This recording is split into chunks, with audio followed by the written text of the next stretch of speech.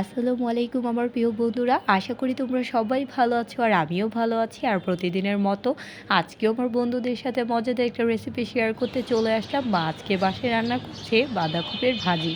আর মায়ের হাতে ডিম দিয়ে বাঁধাকপির ভাজি খেতে এতটাই টেস্টি হয় যে আমার বন্ধুদের সাথে এই মজাদার রেসিপিটি শেয়ার করে ফেললাম।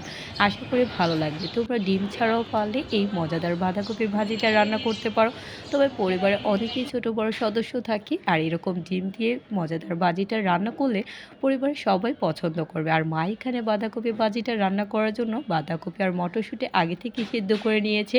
আর শীতের সময় তো এরকম মটরশুঁটি অ্যাভেলেবেল থাকে, আর এরকম মটরশুঁটি দিয়ে এই মজাদার ভাজিটা রান্না করলে খেতে বেশ লাগে।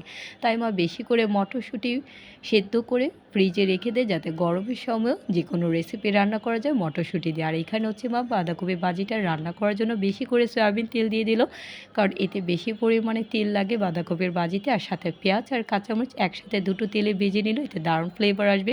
আর পেঁয়াজ আর কাঁচামরিচটা অলরেডি লাল হয়ে আসতেই মা এখানে সেদ্ধ করে রাখা বাঁধাকপি আর মটরশুঁটি দুটোই দিয়ে দিল। আর এখন ভালো করে মা হচ্ছে নেড়ে চেড়ে নিচ্ছে। আগে থেকে সিদ্ধ করে নিলে বাঁধাকপিটা এতে তাড়াতাড়ি করে ভাজিটা রান্না হয়ে যায়, তা না হলে কিন্তু বাঁধাকপিটাতে প্রচুর পরিমাণে পানি ছাড়ে আর রান্না হতে অনেকক্ষণ সময় লাগে। আর এখন হচ্ছে ভালো করে মা নাড়াচাড়া করে নিল। আর এখন হচ্ছে পরিমাণ মতো বা লবণ দিয়ে নিচ্ছে, কারণ যে কোনো রেসিপিতে লবণটাই হচ্ছে মেইন একটা ইনগ্রিডিয়েন্ট। এটা কিন্তু কম বেশি হয়ে গেলে খেতে ভালো লাগে না।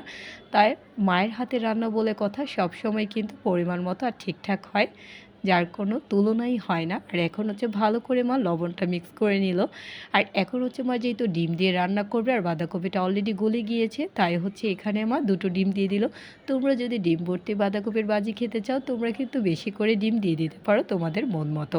এখানে মা দুটো ডিম দিয়ে কিছুক্ষণের জন্য হচ্ছে ডিমটা হয়ে আসলে তারপর হচ্ছে মা নাড়াচাড়া করে নিচ্ছে। প্রথমেই কিন্তু নাড়াচাড়া করলে ডিমটা একদম ভেঙে যাবে আর আস্ত থাকবে না। আর এখন হচ্ছে ডিমটা হয়ে আসতেই মা ভালো করে চামিচ দিয়ে বাঁধাকপিটার সাথে মিক্স করে নিচ্ছি ডিমটাতে।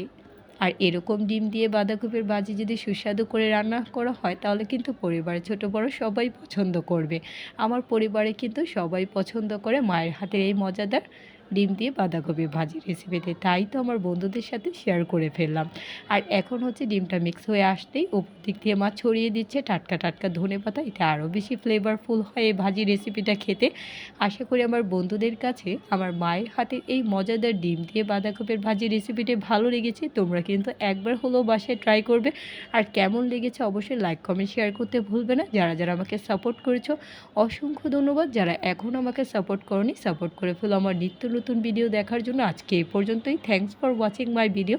আল্লাহ হাফেজ।